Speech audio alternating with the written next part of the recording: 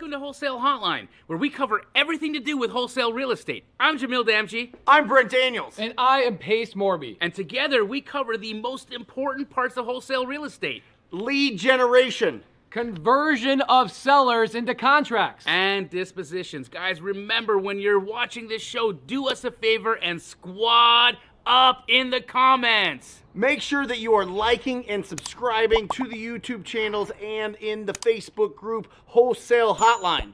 Most important, we want to know we're doing a great job for you and helping you build your business. So go give us a review on iTunes and or Spotify. So squad up and enjoy the show.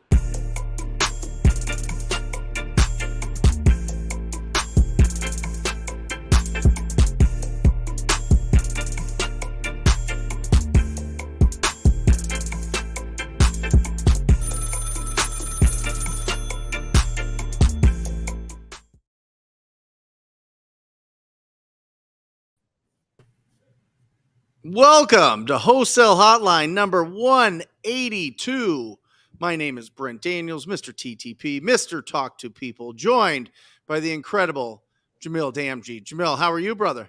Excellent, dude. How are you? You look cozy in your California escape house. It's wonderful. I'm looking out check this out. Yeah. Just right out there is the good old Pacific Blue. I love it. Do you love it there? It's incredible. I open up the sliding door and I got the ocean breeze coming in here. I'm looking at the sun off in the distance. At some point here, it'll set while I'm watching Wholesale Hotline. This, my friend, is a result of wholesale done right. That's right. You know, I was thinking about it today, Jamil. I was thinking about, really building this right from the start, building a wholesaling business up. We talk about having conversations with people that own distressed properties or the people that represent the people that own distressed properties. We talk about making offers. And I was thinking about this. I was thinking about, occasional conversations, occasional offers, occasional appointments brings occasional results. Right.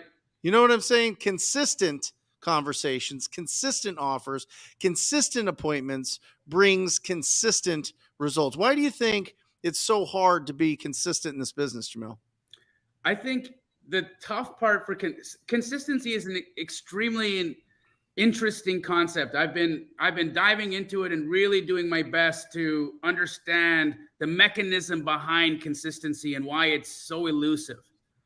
And I think what it is because we have misdirected where we place value.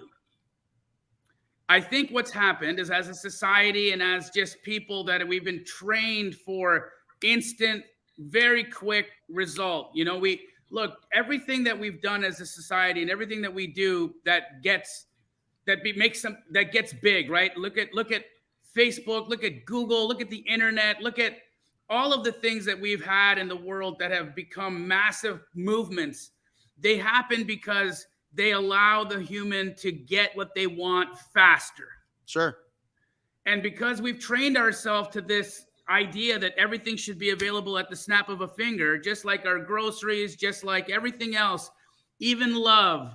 They got Tinder and Bumble. And, I watched Bobby. He was single for a little while and, he was on Bumble and I'm like, what are you doing? He's shopping for a date. And when I see that, right, I think, okay, well, this is the symptom. Yeah. The symptom is we've been trained to want instant gratification. And I think what we really need to do as entrepreneurs and as people, if we really want a rich and full life, I don't think that the result should be what we obsess about. I think consistency is what we should obsess about. I think that we should redirect where we place value, and value should be placed on those who show up, the person or the situation that can be repetitive, that can be available all the time. What's the best dad? The dad who's always there. Who's the best mom? The mom that's unconditionally supportive and loving. Why? The consistency. Yep. Nobody ever said, I love my random ass parents. No, they love the parent that showed up. Yep. Isn't this a factor of discipline? Isn't it a factor of doing what you're going to say? I mean, I feel like at times, just being an entrepreneur, you have these big, hairy, audacious goals, and then you get like 65-70% of the way there, and then all of a sudden you get distracted. You get pulled in other ways. You know what I mean? Other things, other opportunities either come into your life, or you just feel like, you know what, I'm good with this goal. I'm going to change other goals. Is that okay? Is it okay to just change goals after you have a big, hairy, audacious goal, or is it something that we should focus on until we get it? That makes us stronger as professionals, as entrepreneurs, as business owners.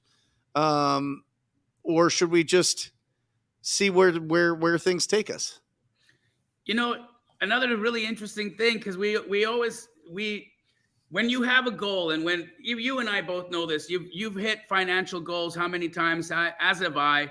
You first opened my mind to somebody who could make $100,000 a month. When you said those words to me, Brent, however many years ago, when you were still just budding, I know your career has gotten even bigger since, but when you explained to me that you could take home over $100,000 in a month, you unlocked in my mind a gate. You unlocked a limit that I had in my head of what people, because you think $100,000, you think that's what we've been trained to accept, that as a good salary for a job. $100,000 a year, $160,000 a year is like, oh my goodness, you've made it. So if you're in that range of making $100,000 or even $200,000 a year, you think, man, I've arrived. And then you learn and you hear from somebody who can do $100,000 in a month, and you're like, oh my goodness, that's not.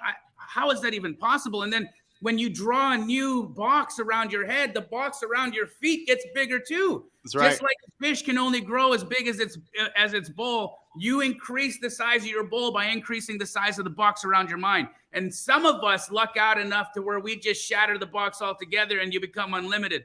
But is it okay to quit before you get there? Guys, don't sell yourselves short. The fact is you better get to the goal first before you decide whether or not it was worth it. You better get to the goal before you decide whether or not it's worth it, because if you don't, you're a liar. You just said you didn't care about it because you were too much of a wimp to try to get it all the way through. And I'm sorry, I don't want to be rude about it, but I think that if you showed up to Wholesale Hotline tonight, if you've got that fire in your belly, if you want what you want out of life, if you give up on that, not only did you show yourself that you won't show up for you, but you're teaching your kids the same thing.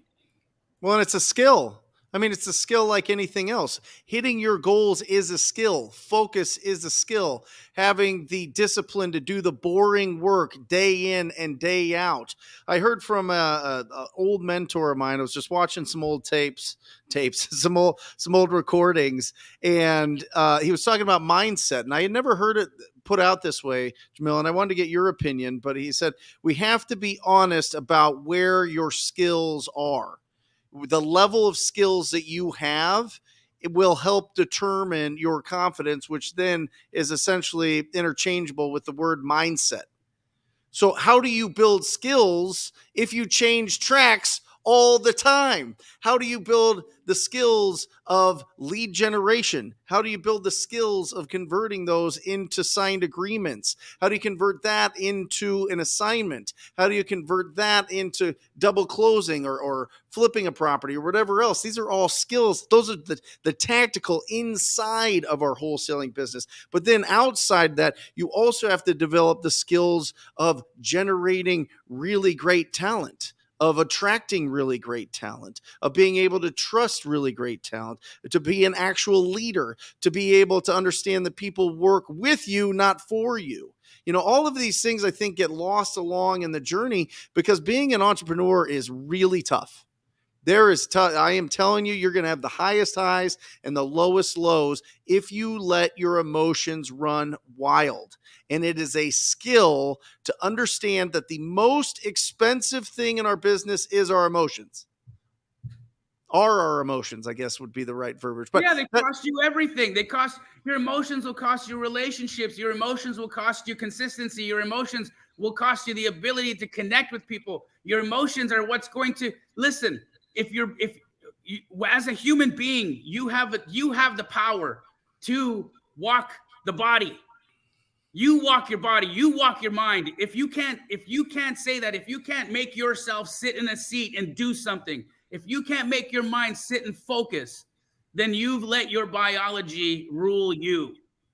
It's the one thing that separates us from all the other animals, my friend, is that we have power over that we get to choose. We get to decide. We don't just move off of instinct and arousal. We look, we observe, and we decide.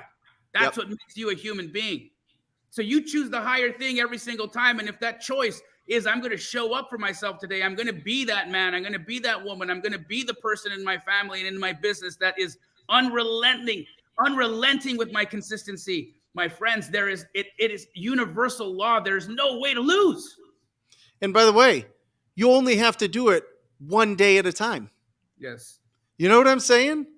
I always felt so much pressure when I was young. I had this, when I graduated college, I was like, I am going to be a millionaire before 30. That's it. I'm going to be a millionaire before 30. I'm going to start a group that's called Millionaire Before 30. I'm going to be a millionaire before 30. And all I was thinking about is all these great ideas that I had and how to do everything except work, Jamil. You know what I mean? Everything. I had all these crazy ideas. I had started a technology company with this super tech guy that I knew. That was a nightmare. And then I started to just try to sell some houses here and there and started to get real creative. And how do you do that for free on the internet? And how do I do those things? And that all went down. And then I was like, okay, well, I'm going to actually start working now. Did some of that for a little bit. And as soon as I got a little bit of money, I was like, oh, now I'm going to go and open up a brokerage and I'm going to sign office leases and I'm going to it's to the moon, but I'm going to do everything that I can to not have conversations and make offers every single day. And it was a huge mistake. It set me back years and years and years. And I had to lose everything in order to learn that there's only, like, every entrepreneur goes through the dirt. Every entrepreneur has to go through and trudge through the really difficult times where you don't want to do it. You don't want to pick up the phone and spend all day getting yelled at and rejected so that you had 2 decent conversations, and which would potentially turn into leads, which would potentially turn into income. But that's scary. It hurts, right? You don't want to go and develop the skills to be able to effectively communicate with the different personality types. You don't want to go through the whole process of unlearning a lot of things that you learned about money and about, relationships and all sorts of things. You know what I mean? It's a lot of hard work. But I'm telling you, all the successful people that I know, at least, and Jamil, give me your perspective and your experience, have gone through and fist fought their way for years, 2, 3, 4 years, barely making it. Boom, multi-millionaires. Man, we see them all the time, right? It's, yep. I mean, even in the communities that we're building, you look at there. I mean, and there's levels, right? You've got folks that are, they come in and right in the beginning, for instance, I got a community member, Seth Pettit, right? He's probably in the chat right now watching this. In his first 6 months, bro, this guy, he was having a hard time, but the fact is that he just kept putting in the reps, right? He would show up. Even though life was it was beating him up, right? And there was one day I remember he showed up on a call, and he was asking a question, and I could see his breath. He's inside, right? Yeah. And I said, Seth, what's happening over there? My furnace, bro. He didn't have the money to fix the furnace, right? Yep. And everybody in the community is just rallying with this guy. We're all putting, so much just love you, and he's being positive. He's not coming out saying, "Oh my goodness, no." He just shows up with a smile on his face every day, and he just puts in the work. He puts in the work every single day. 6 months go by. Mm-hmm. He's now at his point. He's got 3 deals closed this month. He's got another 2 closing. He's got 5 deals in escrow for the next month. I mean, now that this guy's situation is completely different. He's moving states. He's moving with closer to his team over in Jacksonville, Florida. His entire life. But if he had given in, and like, good guys, it could be 6 months. It could be 12 months. So everybody's different. Everybody is different. But why you have to be accepting of that is because you're going to learn at your own pace. You're going to learn the way that you learn. But as soon as you get it, as soon as you get to that point where you break through that and understand this, right? It's you. When you're not getting it, in a subtle way, you either haven't really believed it yet. You really haven't gotten confidence yet. You really haven't been able to push through and actually believe it. Because remember, you're only going to get as far as the box around your head, dude. The box around your head is drawing the box around your legs, around your feet. Just like the fish can't get any bigger than his bowl, dude. So you know that if you're still coming up against the wall and it's pushing you back and you can't open the door, there's work you got to do. Skill. And listen, it's, I was really thinking about this. I mean, you're the Michael Jordan of wholesaling. You didn't start as Michael Jordan of wholesaling. You know what I'm saying? Like, you went through all the tough times. You had to develop all the skills. You had to develop all the conversations. You have to develop all of the relationships. You develop the mindset to, one, you had lost everything and came here and started a whole new life and was doing everything to just get by and to pay the bills. But let's be honest, 99% of people are one broken furnace away from quitting this business. You know what I mean? Because it's just too devastating. They got to go back to the job. This didn't work. I'm going to try something else. But if you stick with it and you practice dribbling and you practice shooting and you practice, dunking a basketball and winning and all of these things, like people get into this business and it's like the first time they've stepped onto a court and they want to be Jamil Damji. You know what I mean? They want to be able to score right away. And it's like, listen, build the skills to be able to get there. And the beautiful thing about this and not sports, because this is just an analogy, everybody can win at this.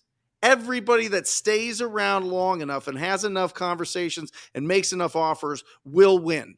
It's inevitable. It's a numbers game. This isn't like a freak genetic thing. This isn't a talent thing. This is a go in, build the skills that are absolutely achievable, and you can build a 7-figure, 8-figure, 9-figure business. Maybe not 9-figure, maybe in a little bit, but who knows? Who knows? Who knows, right? God knows what one day if Keegley ever sells, or if we ever get to that stage where that number is and what that trades at. But I mean, think of that. Yeah. Right. What a story. What proof of what being able to be sophisticated in your business and your thinking process can create a wholesale business that can actually sell, that could be bought by a private equity company where you could take an exit. And here we are. There's Random in the chats over here. He's got his name as Random. He said, not a very random thought though. He says, and there's still people out there that have a negative opinion about wholesale, right? Sure. And interestingly enough, we've been changing that. We've been changing that whole narrative. What Brent's been doing, what Pace has been doing, what I've been working on, what Jerry's been working on, Steve Trang. We work tirelessly so that we normalize the conversation of what value we bring to the marketplace. And when you guys show up knowledgeable, when you guys show up confident, when you guys have conversations that make sense because you know how to comp, because you understand how to speak to people, when you guys show up for yourselves and do the work and get better and hone your skills, the bigger wholesale and the more sophisticated wholesale becomes to the general layman out there, who will inevitably learn what we are either through a contract or through a conversation. So, you guys are a part of that story as well. Everybody who's taking time out of their Monday evening to come to Wholesale Hotline so that they can ask questions and learn how to do this skill better. But you said everybody gets knocked out. You remember when Pace got that bankruptcy, popped on him. I mean, think about a guy who got, you down at. That was 5 years ago, bro. That wasn't like 20 years ago. No, it was. Look at him now in 5 years. Right. That's less than 2,000 days. Like, what are we talking about? This is what I mean. Everybody, like, don't look at what's going on with you right now and say this is your destiny. My goodness, Yeah. this guy, he getting robbed for $1.8 million. I've been robbed for hundreds of thousands of dollars. Brent, negative as well. Couldn't get a bank account. Nope. I Now couldn't get a bank. I had the lowest credit score you can get. I had to send money in that they just sat on and kept because they were worried I would overdraft in 2011. You fast forward 12 years and, I am the bank. You know what I'm saying? Like, I am the bank.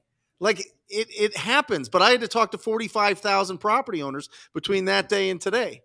You know what I mean? I had to be able to build up skills that I could hire people that wanted to actually share in the vision that I had for this business and for this company. I had to be able to have the leadership skills and the energy to be able to keep this thing running and profitable and growing. You know what I mean? Like, it's just, we start out and we're playing we're on the court. We got to build the skills, and don't just step on the court and be like, oh, I know exactly what's going on. There's people with unique talents. There's people that have been in sales before. There's been people that have been in customer service before. There's been teachers. There's been nurses. There's been doctors. There's been attorneys that jump into this and get going and start building the momentum. How many? But everybody's different. I have, like, I got a U.S. Marshal in Astro. I've got multiple police officers. Like, you guys think about this. I've got law enforcement. I do business with FBI agents, guys. Yep. And we're talking about wholesale. We have law enforcement in wholesaling. Oh, yeah. I've got a ton of police officers. Very, very normal, very, very reputable way to earn money. This is capitalism at its finest. Yeah. Well, listen, we're just out there finding discounted properties. Like, finding discounted anything has been around since the beginning of time, since there's been commerce, finding discounts and people that want to trade price for something for speed and convenience. That's all we're doing. It's just with property. People will trade price for speed and convenience. We're the marketing engine of this whole industry. We're not selling beautiful houses like Jamil's sitting in right now. You know what I mean? We're not finding, Jamil's not selling that thing at a discount. He's selling it at a huge premium. He's looking at the ocean. He's going to watch the sun go down on the West Coast over the Pacific Ocean. That's bananas. You know what I mean? But, maybe a mile in, there's some properties out there. There's some properties that need some love. You know what I mean? There's opportunities everywhere. All we got to do is we got to match up our efforts with those opportunities, and boom. Now we've got a business, and we're going to screw it up, and we're going to mess it up, and we're going to be imperfect, and it's going to be progress and certainly not perfection, but it is the journey. It is not the destination. The destination's dope. Sitting in a multi-million-dollar beachfront property is fantastic. It's absolutely fantastic. Is. But you know what would be even more fantastic? If this entire boardwalk was lined with viewers of Wholesale Hotline. It can be. Absolutely. It can be. Listen, it's filled with viewers of Wholesale Hotline just in different industries. That's all it is. Yep. We just have our target. We have what we're going after. And listen, I've tried everything in this business: development, fix and flip, be in the bank, wholesale, being an agent, all of these things. The foundation of all of it is finding discounted properties. The foundation of being a real estate investor is finding discounted properties, finding the best deals possible. And imagine if you built a machine where every single week you could review properties that are 50, 60 cents on the dollar in prime locations where you want to own real estate so that you can pass it on to your family or whatever. That's our life, Jamil. That's it. That's the life of a wholesaler. It's beautiful. I think people are crazy that want to flip properties. I do, or developer, all these other things. I mean, it's exciting, it's cool, but I honestly think about this, Jamil. I think about, you know what? If you didn't grow up in a family that really understood the skills required to do really well in real estate, then you got to start with wholesaling. You got to start with this. If your family's been there, like, I don't know if Bo will wholesale, maybe, but maybe he'll just be part of a bank. Maybe he'll be part of development. Maybe he'll be doing other things because I've got all these relationships, but I would have never had any of these relationships if I didn't pick up the phone, call up a stranger and say, hey, I'm sorry. This is really out of the blue, but I was calling about your property on 1212 Banana Street. Would you consider an offer on that property? From that line alone, my life has changed. My life has absolutely changed. That and the effort to go out there day in and day out and do the repetitious boredom work of picking up the phone from 9 to noon every single day, every single week for years and years and years and years. And you still have people doing it for you. Yeah. Oh, 100%. Yeah. But listen, you get to the point where you can afford to fire yourself from certain roles. Right. And it's incredible. But building those skills, that's how you strengthen a strong mindset. The most common question we've ever received on Wholesale Hotline over the last 3 years of doing this, is if you guys started with nothing and you guys had to start all over, what would you do? And do you think you could do it? We're like, yeah.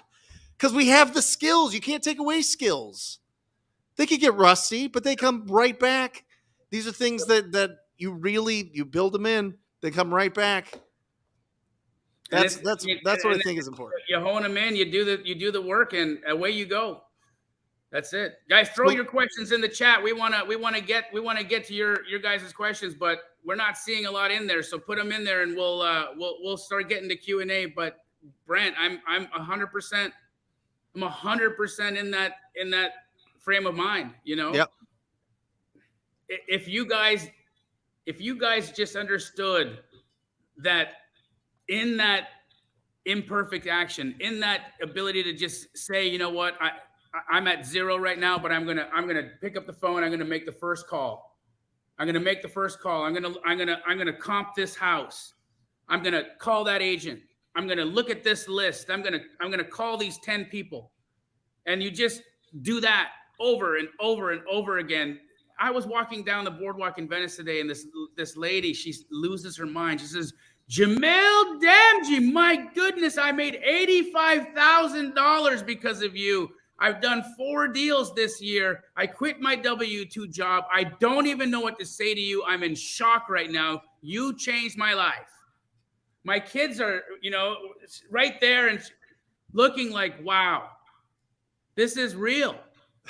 I was at Lifetime Fitness, and I was showering after a workout, and this big, huge guy was walking by, and he's like, oh my gosh, Brent Daniels.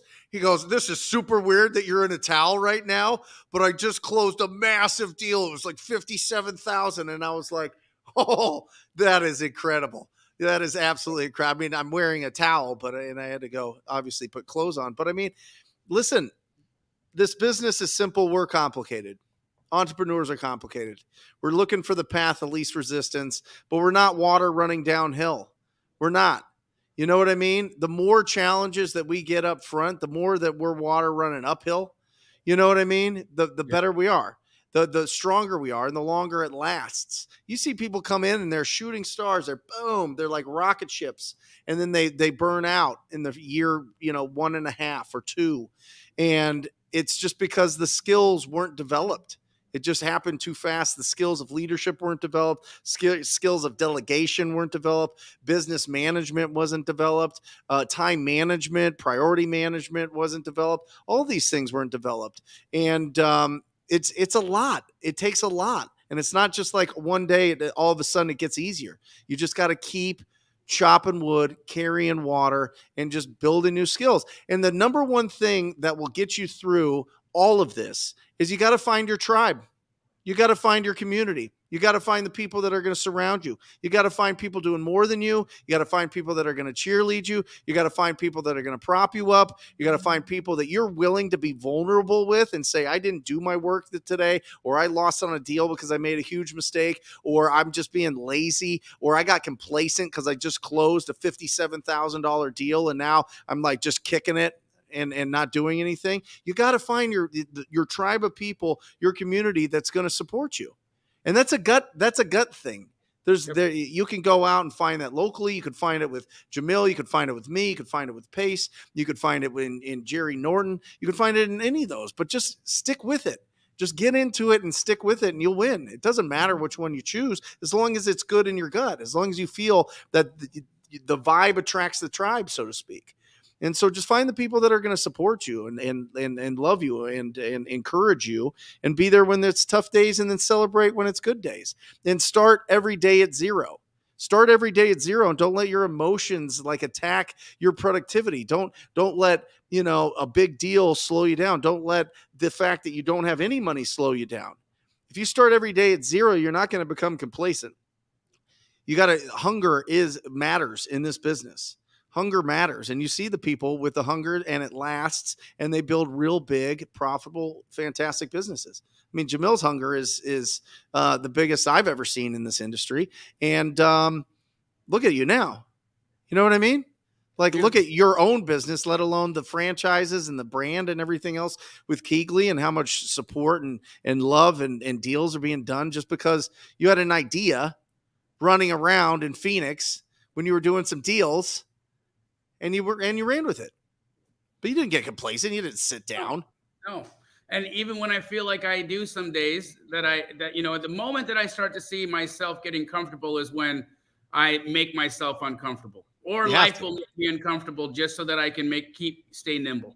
And I'm so grateful. I'm so grateful for obstacles. I'm so grateful for opportunity to grow. You don't grow without resistance, my friends. You don't get Brent Daniels biceps if you don't lift heavy weight. It's just not how it works.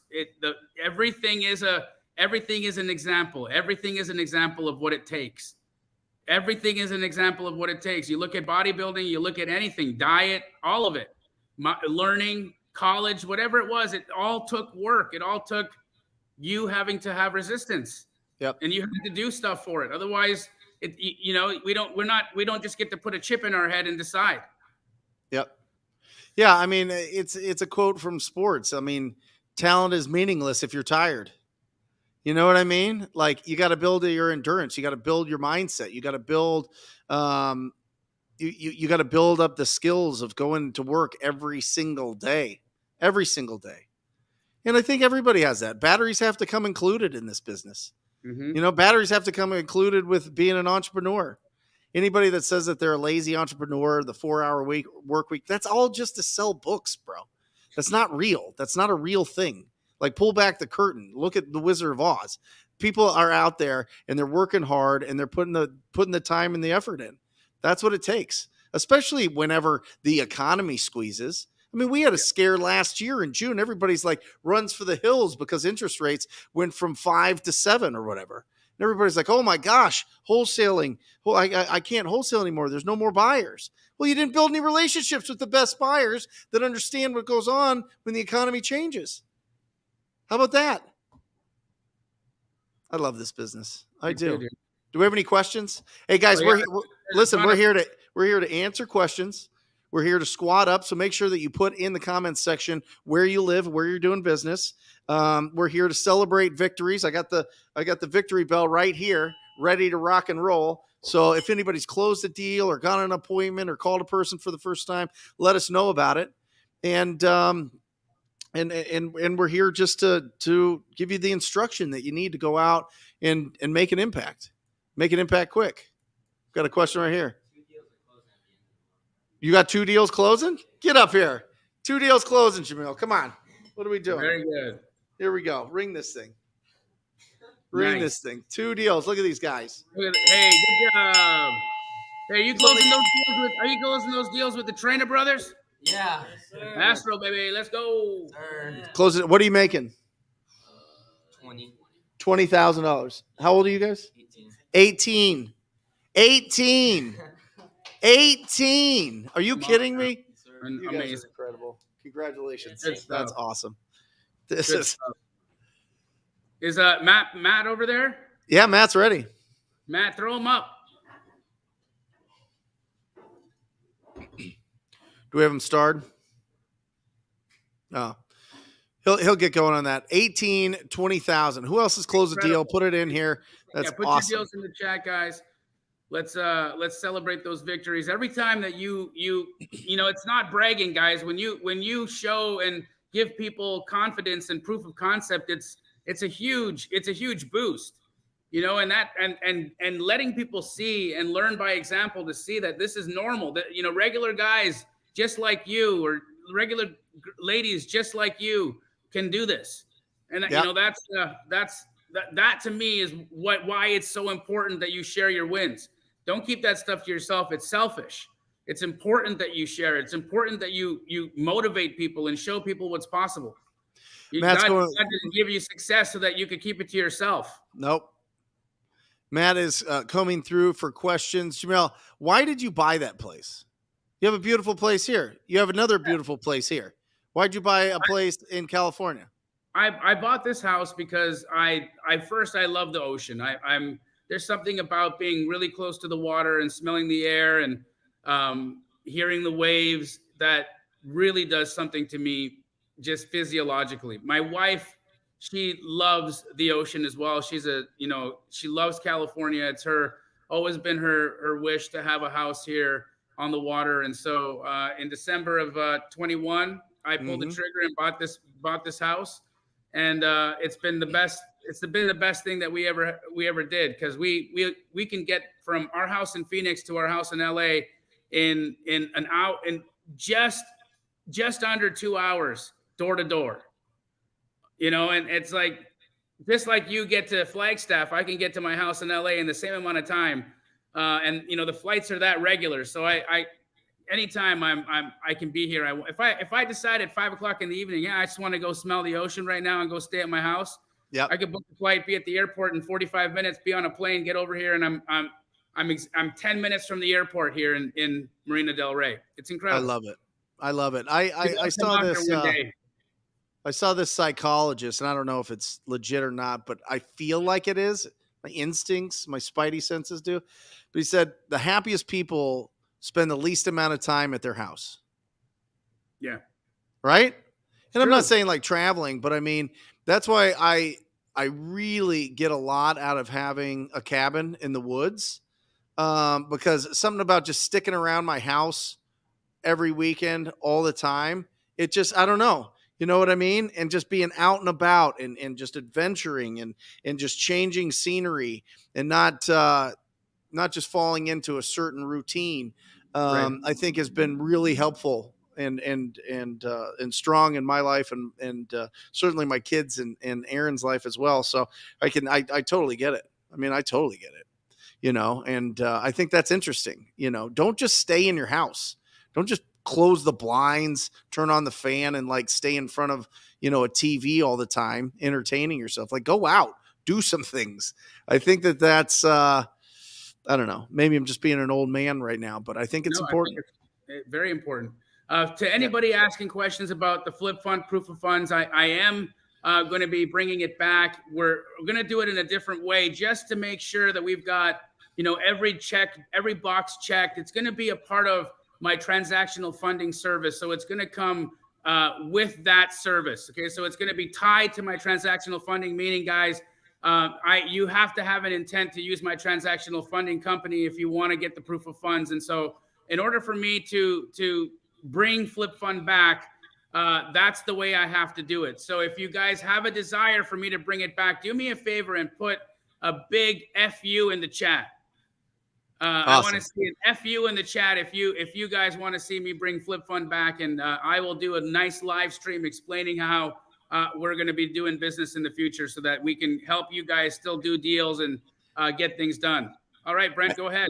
And real quick, this is something that fundamentally everybody has to understand, that anybody that really hates on wholesaling doesn't understand, because they go, well, people are making offers on properties and they have no money.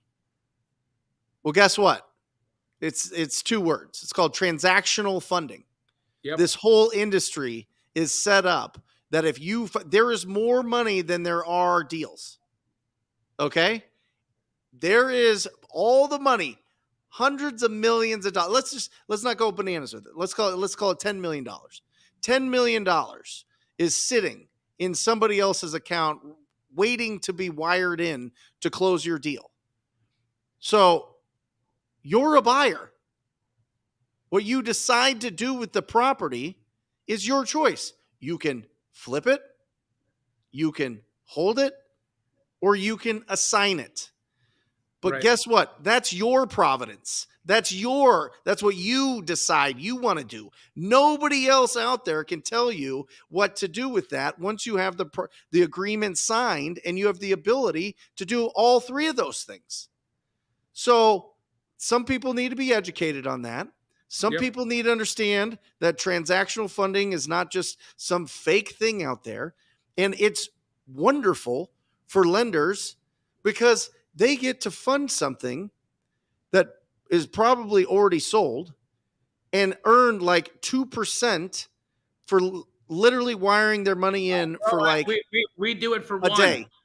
Yeah, we do it for 1% because we want to make it just look. The fact is that this comes down to the legitimacy of your offers, and so you've got to keep that in mind. In order for you to have a legitimate, honest offer, there has to be money backing your offer, and you have to be willing to put that money on the table. And I think that's where we had a little bit of a misunderstanding with the organization that I was previously involved with. So with that said, I have too many people making too much money using Flip Fund as a service and having us back your guys' offers. And so look forward to a live stream where I walk you guys through the process, and we'll be bringing Flip Fund back. Yes, Awesome. This is a live show, guys. You just put your questions in the chat, and we're going to get to them. We're just looking for them. People think this is pre-recorded. Yeah, random ask. Right. Hey, question: at what point should I stop analyzing a deal and move on to the next one? I know I gotta know my buyer well, but how do I know when I'm wasting time on analyzing a deal? You're never wasting time analyzing a deal, ever. You should always be looking at it. But here's the thing, Random: if you're looking and analyzing a deal that is in the boonies where there's no other there's no other houses, there's just no action, there's no activity. There may not be a point to analyzing that one because where you're going to find a buyer. If you're looking at a house that's beautiful, completely remodeled, and it's not a creative deal, you can't get some kind of owner financing or subject to financing on it, there's no potential there. So that's when you would be wasting your time analyzing that deal. If you're looking at, I got somebody message me today and say, hey, Jamil, I got a lead on a $48 million mansion rehab in South Florida that needs $15 million in renovations. I can't do that deal. I don't know. There's a handful of people in America that do that deal. I focus where the volume is. So Random, I think what you got to think about is how is the deal that I'm analyzing right now in an area, or is there potential here? Is this where people are doing business? And if that is, then of course, analyze the deal. There's never a reason why you shouldn't be doing that work. Well, listen, there's a difference between a deal and a lead. Listen, guys, if you're just randomly comping a house that you saw that's ugly for practice, fine. That's okay. Do that after you go and talk to the property owners. But listen, if you're just out there comping properties and you don't know, the number one thing that we're trying to discover with the property owners is, have they made the decision they're going to sell that property? So if you're out there comping all the properties for practice, totally understand it. You want to build that skill, totally understand it. You want to take that to the next level, have a conversation with the property owner. They say, yes, we do want to sell the property. What's your offer? Now you're getting into it. Now you're doing some real business here. Because Jamil, I have seen people drive for dollars, take 250 properties, put them into an Excel list, comp every single property, come up with the offer price for every single property, and never talk to the property owners. Yeah, it was just all a bunch of busy work, right? Like it didn't get you anywhere. So 100% motivation. There's got to be a motive. If you've got somebody who's raised their hand and said, hey, I'd look at an offer. Yes, analyze a deal, but don't, again, unless you can comp as fast as I can. Yeah, but you're not going out there, Jamil, and just comping like every house for fun. People are sending you opportunities. You're competent and getting the reps. You know what I mean? Like, doing valuations or, doing a, appraisal on properties that don't want to sell their house is busy work. It's not productive. Yep. Yep. Awesome. Nathan asked, how does proof of funds help if a seller calls a number and needs to verify the funds? Well, for me, I was actually calling real estate agents back and verifying for them, sending a screenshot of my bank account so that they could see the money in the account. I think that happens every once in a while. It's not every person who verifies, but it happened at least, I'd say 1 out of every 10 people that used the service needed a verification, and I was happy to do it. Here's my experience with hard money lenders like Capital Fund or Boomerang or Imans. People would call into the office. Hey, I got this proof of funds for Brent Daniels. Is that accurate? Yes. Okay. Thank you. Yeah. You know what I mean? I mean, they're ready to go. What agents don't understand is it's an asset-based lender. They're like, yeah. Listen, let me explain something to you about hard money lenders. Every property is approved at the right price. Correct. Every property, every investor. Not even at the right price, with the right amount down. Sure. You don't even have to buying it. You don't look. The hard money lender doesn't care what you're paying for something. They care about what the loan to value ratio is. That's right. So if you're overpaying, okay, great. Come to the table with more money down. That's what they're going to want. Yep. A hard money lender typically doesn't want to be exposed for any more than 70 to 80% of loan to value. But here's the best thing about transactional funding. I'll actually pay 100% of your contract price. I close your A to B side of your contract, so you don't even need to come to the table with any money. That's why when I was asked about it, and they say, well, why aren't you verifying how much cash people have? That's not how transactional funding works. I never ask you to come to the table with money. I come with 100% of the money down. But isn't that risky for you, Jamil? Why would you take that risk? You've got it sold. You've got a B2C, and I've got the earnest money verified at the title company. There's no nothing. And again, this is why I make money. Why do you think if there is a risk and your buyer doesn't close? Okay, well, you know what? That's why I've been collecting 1% every time I do this. So if I end up having to close a property and having to do something, I'm also the biggest wholesaler in the country. If we close a house, guess who's probably going to be able to sell it? You, my friend. Well, think about this. So people, just to make this very clear for people that are just starting out, A is the seller, the owner of the property. B is you. All right. C is your cash buyer. What Jamil's saying is he will go and fund this transaction between you and the seller, knowing that you already have a buyer that's ready to pay more for this property.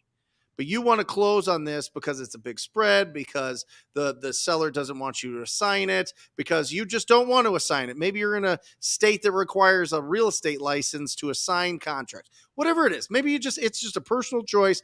I'm going to close on deals so that I could show people later that I buy and sell properties and know how to find deals so that they will lend me money someday, be my private lenders, so I can go and do other things in this business, whatever it is, right? Yep. Jamil, for having somebody on his staff wire in money into that title company after verifying that it's a real buyer and they have non-refundable earnest in there, gets 1%. So let's say it's a $100,000 loan. He gets $1,000. Let's say it's a $300,000 loan. He gets $3,000 at the same day. The buyer, number C, your cash buyer, is coming in and paying off that loan that he just gave you. So literally, for an assistant to verify these things, or somebody, whatever, a manager to verify these things and send in a wire that costs $35, he's going to get $3,000 that day. Listen, this is why there's more money than there are deals, guys. I'm just telling you. Jamil's not the only one. A lot of successful people in the real estate business out there. There's transactional lenders out there who charge 3% and they're busy. Oh, booked. They're out of money at 3%. I can't believe you're doing it at 1%. That's bananas. That's absolutely banana. You could easily go 2.5, and still make it a smoking deal for somebody. Yes, sir. Imagine you couldn't get a deal done because the seller didn't want you to assign the deal, but it cost you $2,500 to get a loan for a day to be able to close it and be the cash buyer instead of giving. You know what I was giving up, Jamil, to do transactional funding? 50% of the deal. 50% of the deal back in the day. That was the deal, right? 50% of the deal with private lenders, private people that I knew to be able to close these deals and get it done. I didn't have the cash. Right. They wanted 50%. And Okay, at that time, it was worth it for you. Good. And I loved it. Yep. You could do it for getting 1 or 2 or 3 or 4. It's bananas. Anyway, I think we're off the rails here with this. I think we've answered it, but it's really important for people to know. And imagine this. Imagine that you go out and you make a absolute mint with your wholesaling business to the point where you can go and do transactional funding yourself. Crazy. AV, how would you disclose your wholesaling? Can I just put it in the contract? It will be assigned to the end buyer. AV, who are you? I got a statement that you guys write this down right now. I'll say it. And then if you don't write it down fast enough, just come back to it and watch it again. But this is the statement that I use, and I use it on all of my contracts. And it's the most incredible disclosure statement you'll ever need. Buyer is an LLC in the business of buying and selling real estate for a profit. At any time, the buyer may decide as an exit strategy to fix and flip, comma, buy and hold, comma, or wholesale contract, period. This to be determined during the inspection period at buyer's sole discretion, period. All rights reserved, period. Done. It's in our purchase agreement. I mean, it's in Arizona, you have to disclose if you're wholesaling. It's in our purchase agreement. That's it. That statement is I had it drafted from an attorney. Yep. It covers you for everything. Can you post that to your Instagram or something? Is it on there? I'm going to post it on my IG tomorrow. You guys will see it on my Instagram tomorrow. Awesome. And by the way, listen, the only time that we've run into issues with the actual property owner caring if we're wholesaling it is when a wholesaler went in and totally lied to them about what price they could purchase it at, weren't able to perform, and then just disappeared and ghosted on them. And that happens a couple times. And or an agent that's been through that with properties that they have listed on the market. So when you run across those, transactional funding is a very powerful way to close those deals and still make an incredible profit without having to assign the deal. You turn into a flipper. Listen, if you flip it 30 seconds or a year later, it's still a flip. You know what I mean? So buy and hold, flip, or assign. Michelle, still having issues getting my correct low cash offer on those homes that need love accepted. Got it. Because wholesalers and investors are doing offers too high. Any suggestions? Let me tackle this a little bit. Michelle, I have seen in the last 90 days, maybe 120 days, a increase by 12% on what cash buyers are buying stuff for in Phoenix from the beginning of the year to now, maybe even 6 months now that we're in August. This has just been going fast, but it's been increasing. So one, really talk to your buyers and see what they're willing to pay for it. And two, if you're in a bigger metropolitan area, you probably need to increase your offers. What do you think, Jamil? I think 100% that's what's going on. I want to just say, Michelle, when you say you're having an issue getting your low cash offer right off the bat, I think the energy of what you're putting out there is a low offer. Michelle, you're supposed to be paying up to 100% of as is value. Remember, we don't steal equity. We're not offering too low on the property. We're offering what the property is worth in its current condition. Our assignment fee comes from our buyers, not from the equity of our sellers. Yep. So I need you to flip the mind around here. You're not offering low. You're offering as much as you possibly can for the house in its current condition. So that being said, I think you're not trying to offer more. You got to look and see what is the most that I can offer on this and still do a deal. So yep. I would say that you really got to get to the bottom of the energy of what you're trying to put out there, my friend Michelle, because I think you probably are coming in too low. I think you should watch my Comp Fu challenge I'm going to be doing, where I'm comping properties, and I'll be helping you guys for 2 days straight comping. My goal is to comp a couple hundred houses during that challenge. And I'll be giving all of you guys buy numbers so that you guys can understand how much you can offer agents on these properties. And I'm going to give you the reason why I would use that number. So come show up to that challenge, Michelle, and learn where you're going wrong. I'd love to see you, sister. Yeah, we're not stealing equity. We're giving potential equity to an investor. That's it. That's all it is. And the more that you can recognize potential, the more that you could recognize what the exit strategies are for your buyers, the more you're going to make. Because, and I talk about this deal all the time, but there was a deal that Jamil and I did probably 4 years ago. And I thought we squeezed out everything on this deal. I mean, everything. It was I think we made like 24 on it, and we were feeling great about it. We're like, holy cow, Keegley's over their skis with this price. This is crazy. And then you sold it to somebody that wanted to live in the neighborhood. Yep. Next door was like the family member. He had cash saved up, way more cash, and was a contractor. So it like all the things aligned, and you guys made an additional like 30,000. Yeah. And I'm like, holy cow, this is absolutely incredible. That's just it. You never put your mind inside the mind of your buyer. You don't know what they need it for. Yeah, don't think for them. Like even for me right now, I'm looking for more property in the neighborhood that I live in. I want to buy my entire neighborhood. I don't know why, but I want it. I want to choose my neighbors. And so I'm willing to overpay in my neighborhood because I'm looking to buy the block. I want to own the whole street. Yep. That's because I'm the end buyer, I would pay more than what the retail market would pay. That's it. Yep. Porch View Properties said, just asking who due diligence falls on during the inspection contingency period. Is the wholesaler supposed to do that, or is my cash buyer? Oh, wow. What a great question, Porch View Properties. So really love it. I think in reality, Porch View, both of you should be doing some form of due diligence on the property. Now, here's why it's important that you and potential buyers be doing it. First, if you're looking at this as the wholesaler, but you may actually purchase the property, well, if you're not only a wholesaler, if you're also a fix and flipper or a buy and hold person, you're going to want to have an understanding of what is going on in the property regardless.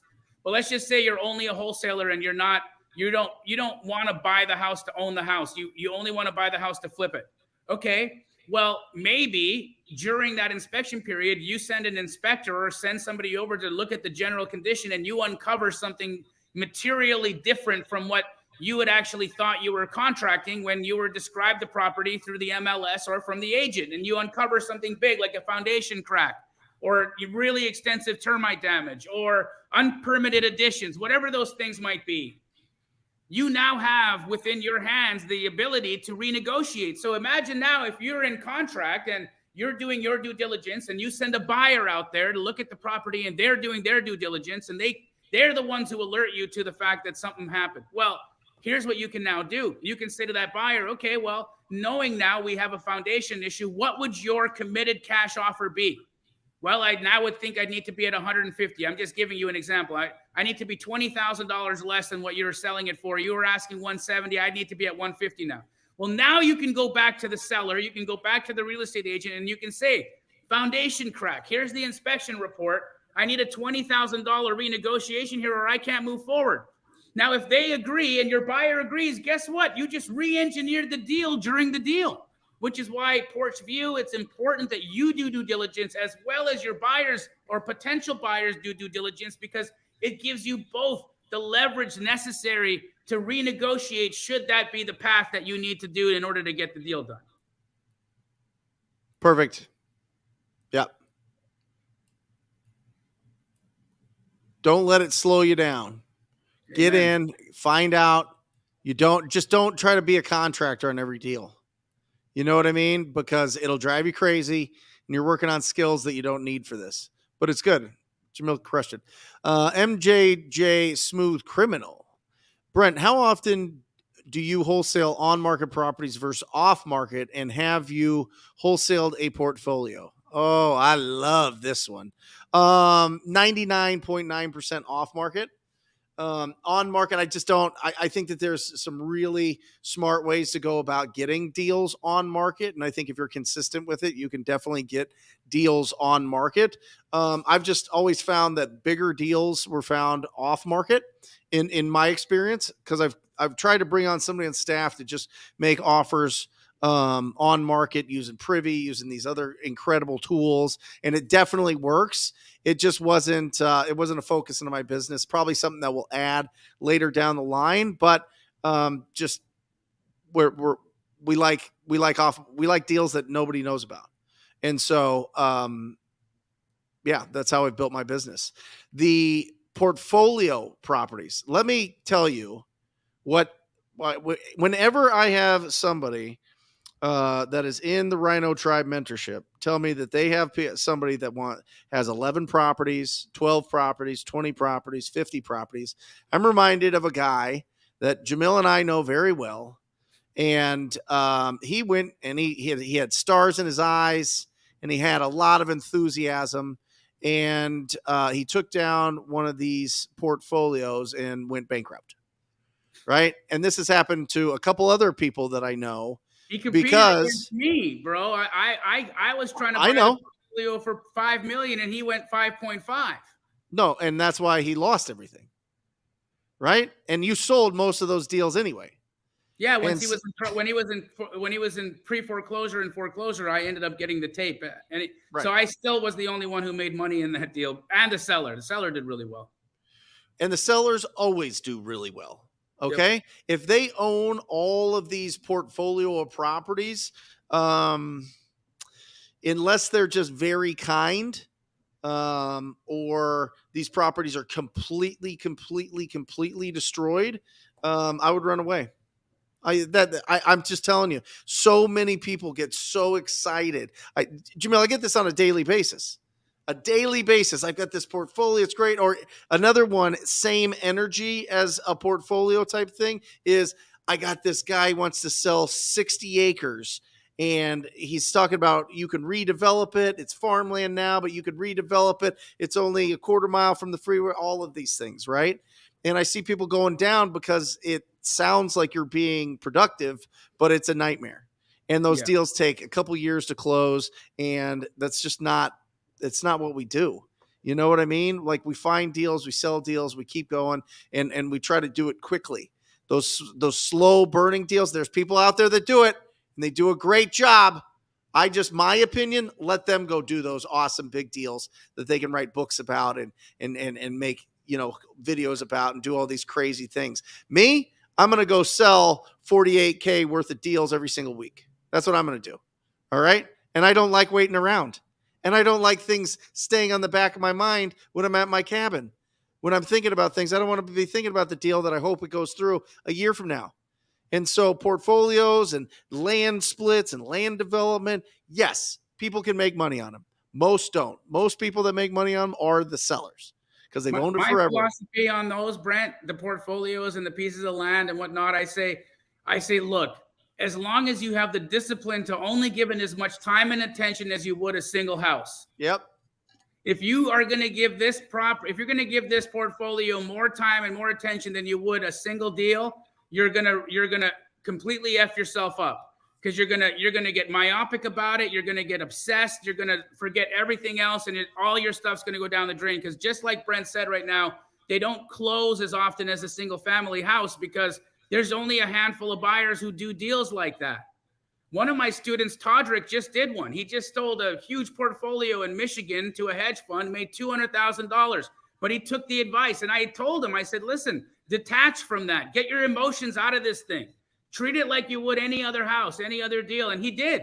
He just touched base and did the same nurturing and the same follow-up and the same kind of work that he would have done in any other deal. And he didn't get completely, like, oh my God, if this deal closes, I'm going to make $200,000. It's more money than I've ever made in an entire year. Yep. No, he didn't think like that at all. He just said, it happens, good. If it doesn't happen, good. And that was his attitude about it. And lo and behold, here he goes. Todrick ends up $200,000 in one transaction. But again, he did that with complete detachment. Guys, consistency is the obsession, not the result. Yep. Well, and listen, like what I would suggest is and this is almost every time the portfolio owner goes, well, here's the list of properties. You tell me what you could pay for the portfolio, right?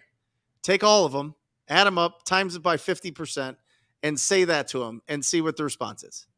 Just do that, because every property in there has to be a deal. Yeah. Every property in the portfolio has to be a deal. The guy that lost everything, it was a deal for half of them. The other half sunk him. Yep.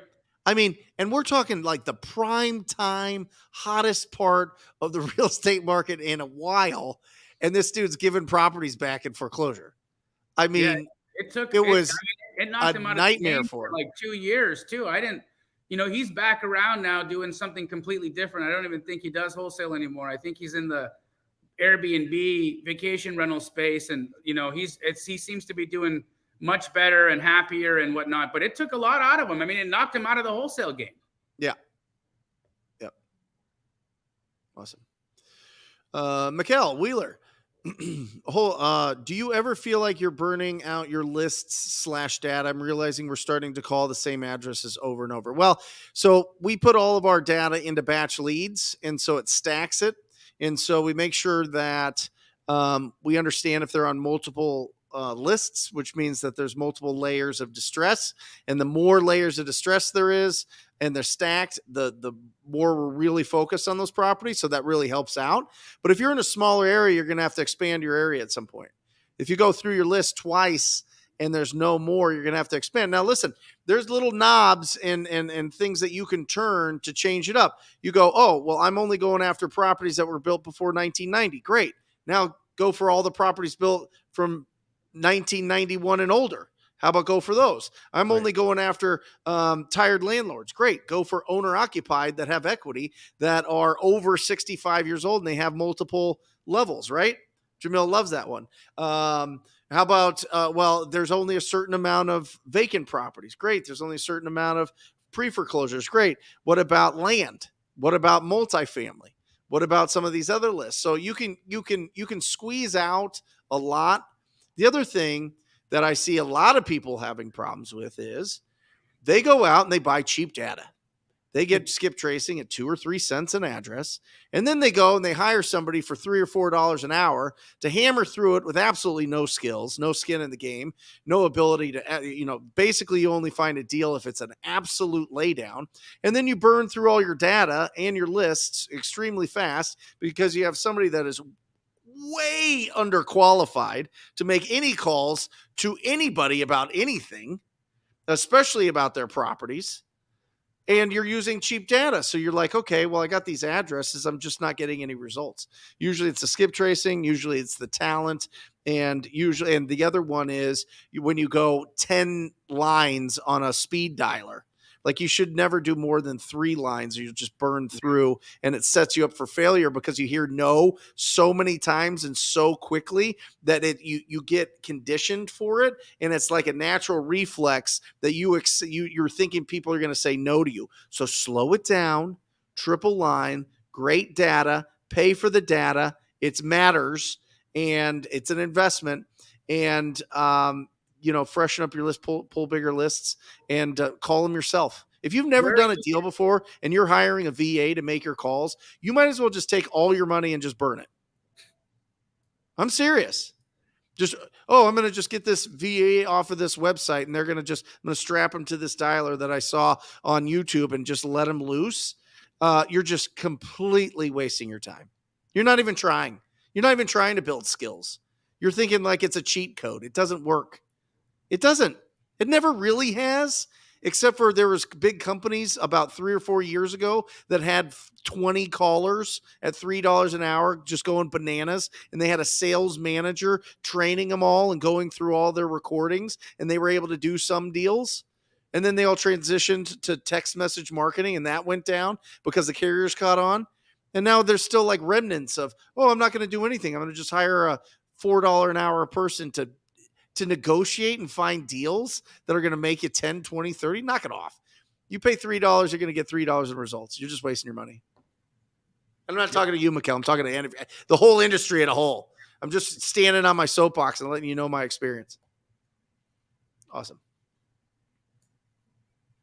Cyrus Julian said, what's your opinion on working on market MLS deals where there's a ton of multiple offers, some as high as 20 plus? Should I switch to off market direct to seller or find another market? Thank you. Cyrus, so here's what you're doing right now is you're going after freshly listed properties in a tight inventory market. Are there opportunities there? Yes. Are you going to get them often? No way. You're going to do a lot. If you're going after freshly listed properties, that's stuff that everybody's seeing and everybody is offering on. What I prefer to do, Cyrus, is I prefer to do my on-market deals on stuff that's been sitting 30, 60, 90, 120 days on market. That's where I have an opportunity to negotiate. That's where there's motivation. That's where there's properties just sitting stale. The real estate agent didn't take their initial offers or whatever happened in the beginning. Now the property's just sitting. Now I have an opportunity to go in and negotiate. The other part is, Cyrus, is that when you're dealing with on-market properties, there's a mentality for the buyer. The buyer needs to see that you brought something of value to the table. So if you're going to go and bid a property up when it first gets listed on the MLS, and now your offer is accepted $20,000 above MLS list price, okay? So then you still have to make a profit on it. So then you add $5,000 or $10,000 on top of that. Now all of a sudden you're sending out a property to your buyers that's $20,000 to $25,000 or even $30,000 over MLS list price. They look at that and immediately the reaction that comes is, this dude or this lady is crazy. So they're not going to accept that. They're good. Instinctively, they say that you brought no value to the table, even if it's a great deal at the price that you're sending it out at. That's just the way that buyers think. Now, on the flip side of that, I just did a deal today. We had a property listed on the MLS at $799, got it under contract at $700, sell it for $719, $990. Okay, we make $20,000 on that. The buyer is ecstatic. Why? Because it was listed $100,000 above what we contracted it at, and he got to buy it $80,000 below list, even though the $800,000 list price that was originally there was too high. The perception of value was there. So the buyer was willing to actually dive into the numbers and look at it to see if it was an opportunity that he wanted. So you have to think about the way your buyer is viewing it. What are they going to think? Because ultimately, they're the ones coming to the table to take the house off your hands. Unless you want to buy it, Cyrus, these are the ways that I do my on-market situations. Yeah, you got to negotiate the higher price down.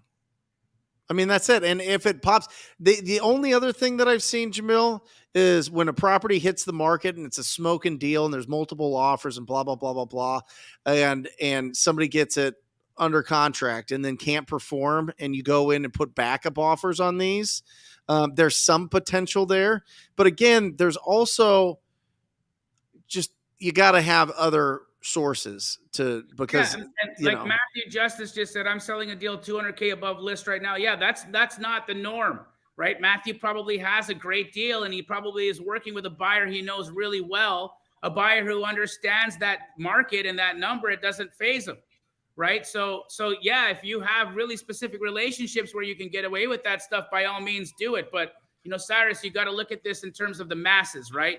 Don't let someone's one-time experience being able to sell something much above list be a reason why you're going to put a bunch of time and resources into chasing on-market deals above list price. And you're just going to be spinning your wheels and your tires there, running up a fool's errand. I don't recommend that. What I told you to do when I first answered this question is how you do the on-market stuff. Beautiful. Awesome. Raza. Joffrey, question: how do we allocate our time between preparing offers, comping, and cold calling? Should we allocate days for each activity, or do we need to do both daily? This is how I've done it, and I don't know if you're full time or part time, Raza, but 9 to noon was non-negotiable. that's when I was hunting for opportunities. I feel like the morning is for finding deals, the afternoon's for doing deals. The morning's for hunting, the afternoon's for gathering. And I would set that up, whatever it is, even if you have like a part-time schedule, you're doing it on the weekends, you're doing it in lunch breaks, you're doing it in the evenings, set it up so that there's non-negotiables, that like it's sacred time for lead generation, and then it's sacred time for doing everything else. And when you're starting out, I mean, 100% of your time is going to be for hunting. Like, just pour that in, right? Just you're going to get so much. Your education is going to come from the results that you get than from, just thinking about it too much. So once you get to that point, and then 9 to noon to 12:15 was lunch. Stop taking like hour and 15-minute lunches. That's bananas. And then from 12:15 to 1:30, I was doing lead follow-up. And then after that, I was preparing offers, selling offers, going on appointments.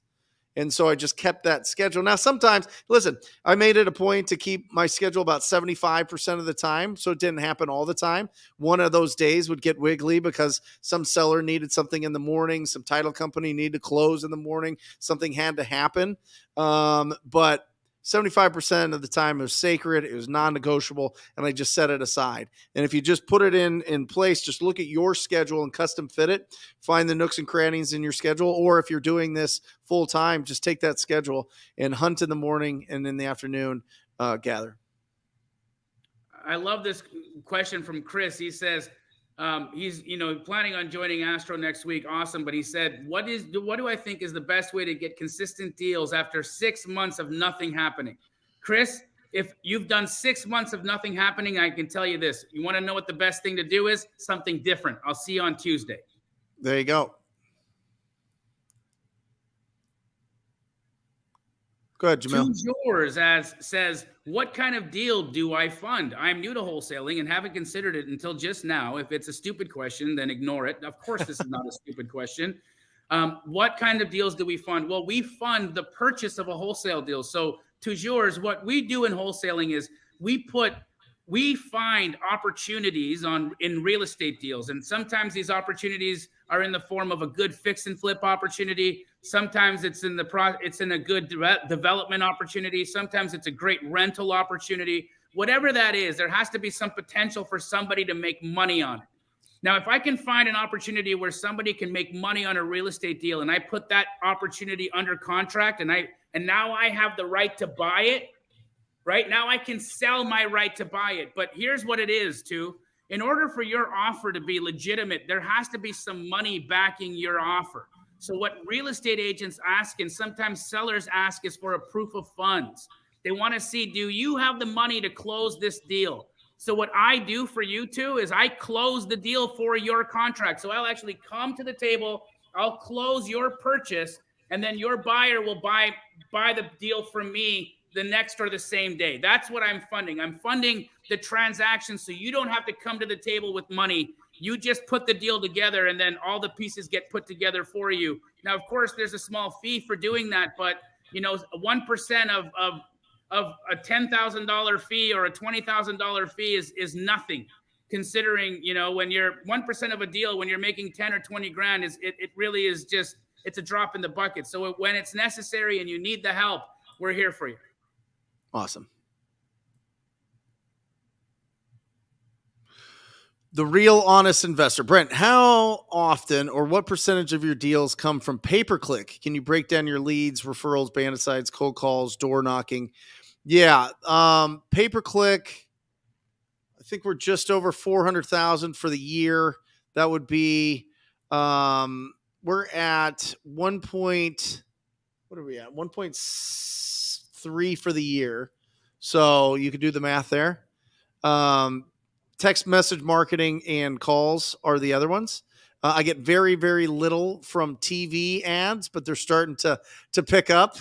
And it's something that I wanted to just try out, which is interesting. I spend 20 grand a month in there, and that's a lot. I could probably allocate that for something else, but I'm just curious if I keep that going, if it builds, because there's an incredible guy, Doug Hopkins. There's another incredible guy called Andrew the Home Buyer, and they do a great job here, and they get a ton of deals, and it's a really interesting process that they're going through. So I'm just expanding and doing that type of thing. But my three biggest and they're pretty even, or pay-per-click, text and calling. Brent, I know you're going to have a real heyday with this question, so I think we should both answer this one. Yep. Louis Cartouche said, what are red flags in a business partner? I'm going to start because I know what your answer is going to be. But for he's me, a Rhino. I know him very well. My thoughts, Louis, what are red flags in a business partner? Well, first and foremost, if they're anything like you.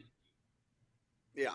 If they're anything like you, it's you have not chosen a good partner, because you need somebody that's going to bring complementary skills to the table, not your skills to the table, right? That's one of the red flags. Secondly, don't hire your friends. Don't hire your family. Okay, I've seen so many relationships get flushed down the toilet because of business. Don't do that, right? And I think the last thing is if you ever how somebody is around other people, like, for instance, if I'm around a guy and we're out at a having cocktails or something, and I can see that this person is maybe being inappropriate or saying inappropriate things to ladies or whatever, right? That to me, that's a red flag. I look at their social behavior. I see, what kind of a man or what kind of a woman are you? Honestly, I want to know that you've got a wholesome character to you, because how you are to the people in your life is how you're going to be to me.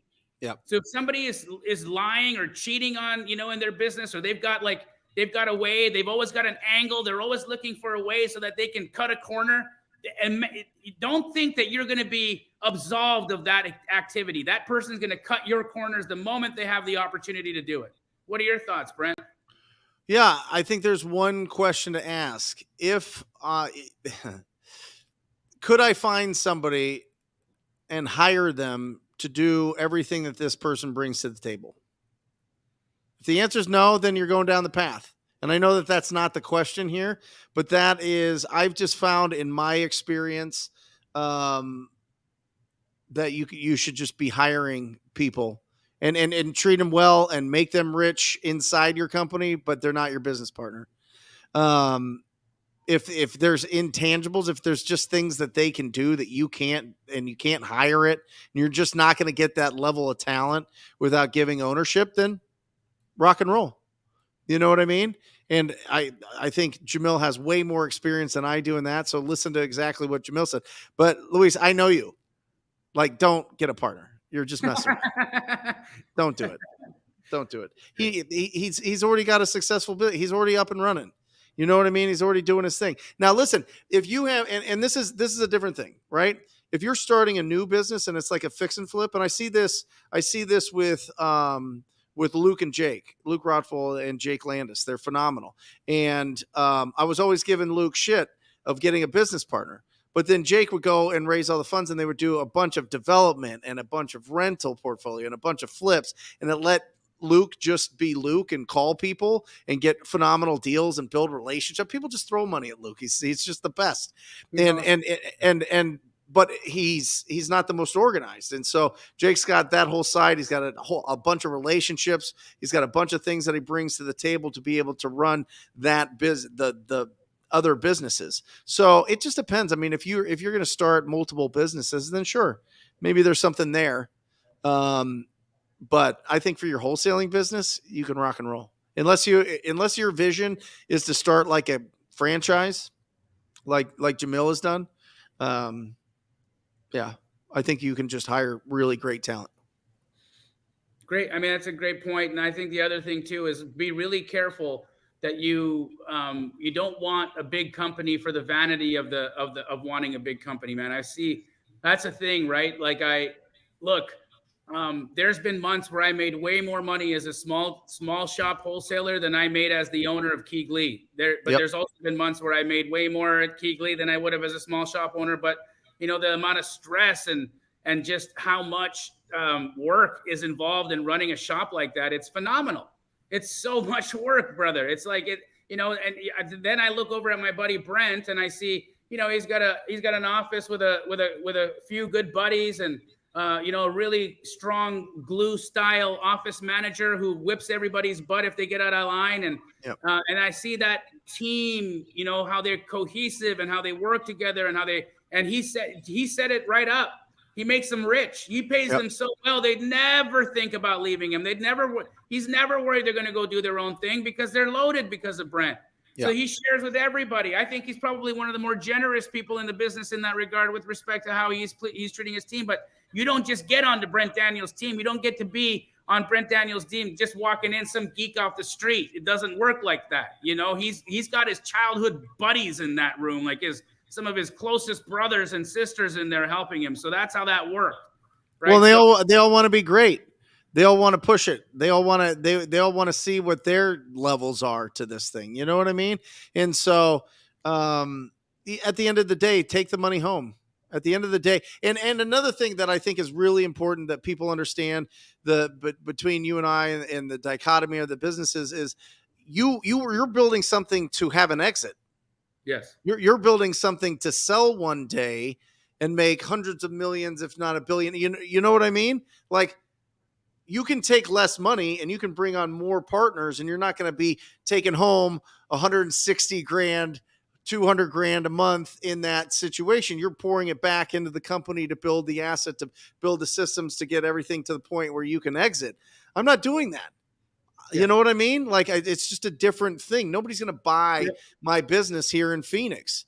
So it just depends. If you're setting it up and you just want this thing to be a cash machine, and you just want this thing to be able to fund all the fun stuff, whether it's a second home, a cabin, a beach home, a rental portfolio, a development company, being a bank, doing these other things, then you don't need an exit. Then why would you have a partner? But if you have partners, if you're going to build something to sell one day, which, by the way, guys, listen, that's not an easy thing to do. I mean, neither of it's easy, but the percentage of exits in this business are like teeny, minuscule, teeny, tiny. You have to have everything aligned. And so it just depends on what you want to do. It just depends. I mean, you could do anything. We make this up as we go. It's all in our vision. What's your vision? Jamil's vision is different than my vision. It's different than Pace's vision. It's different than Jerry's vision. It's different than Steve Trang's vision. But like, have some like, what is that? What is that called? Awareness. Yeah, self-awareness. Have some self-awareness. You know what I mean? What makes you truly happy? You're going to die. You're going to be dust and bones, and in 3 generations, nobody's going to go to your grave, ever. I'm just telling you. We should change the name of Wholesale Hotline to "You're Gonna Die." So get to work. Get to work. I mean, listen, with enough time, people will stop visiting your gravesite. So what are you going to do now? What are you going to build now? If you have a big vision, if you have a big goal, go bananas. Don't let me or Jamil or anybody influence you. Just go bananas, but just have the self-awareness to know, do you have what it takes to go and do this side or that side? Do you want to go build something that has a big exit, or do you want to build an ATM machine, a cash machine? It just depends. It's awesome. Great show. Let's end with this one. A New Sun said, you mentioned we need to do our own due diligence as wholesalers. Is hiring a handyman to look the property over good enough, or should it be someone more specialized, i.e. a contractor? Look, I will always get an inspection company to do it. I have a relationship over at Inspectify. If you actually tell them that I sent you, you can get an inspection done anywhere in the country for little over a couple hundred bucks, which is not a lot of money. Especially if you already have a buyer on your property. Think about it this way, okay? You get a deal under contract and you sell it immediately, right? Why wouldn't you get an inspection to understand what's happening in the property anyway, so that maybe there's an opportunity for you to renegotiate and make some more money, right?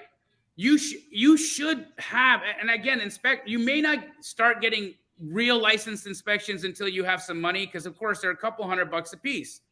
Okay, but when you get to that point, I think it's really good. And our ROI on inspections is disproportionately high.